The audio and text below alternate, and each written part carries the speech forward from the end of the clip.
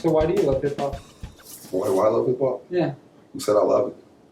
No, no. You act like you love it. I love it. I love hip hop. It's been with me for a long time. I can remember hearing my first rap song or rap album back in the day, which it was kid tested, but it wasn't mother approved. You know what I'm saying? It was all the cussing and the swearing, but then at the same time, there was kind of like more of a internal message in there that kind of give you, I don't give a shit attitude.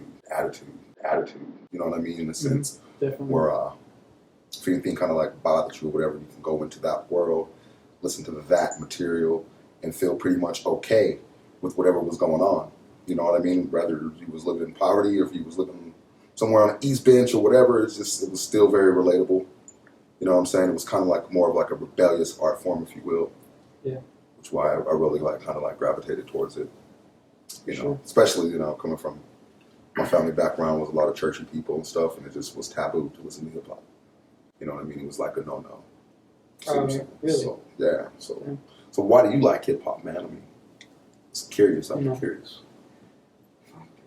A lot of the same reasons. Hip hop has helped me escape. You know, it's easy to put on a pair of headphones and just plug in, tune out. Plug in, crank it up, tune out. Nothing else really matters as much, you know, when you're in that music, like especially good hip hop music that'll motivate you, fucking give you chills. You know what I mean? Like good hip hop. I'm not too into, you know, a lot of the fake, same old money hoes and bitches shit. Yeah. I never look at it as like a way to make profit ever, but so much as a way to be heard. Right.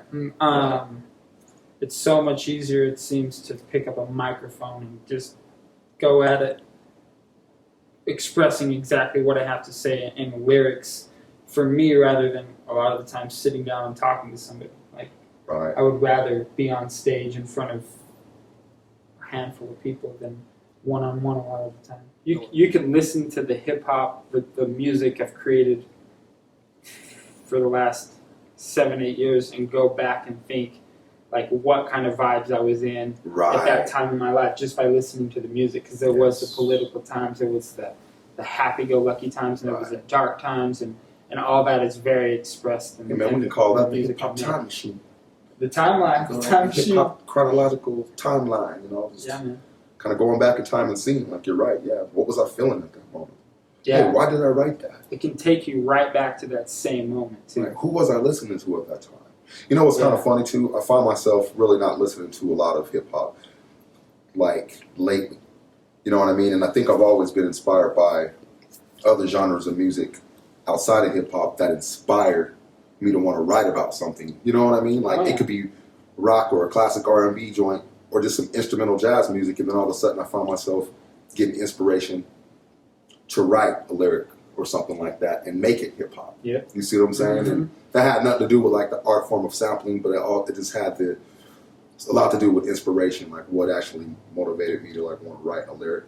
Yeah. Was probably something that I was listening to that wasn't even in the hip hop realm, which is kind of strange. See what I'm saying? Yeah.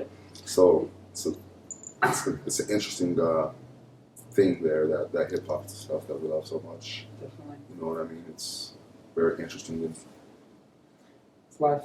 It's life.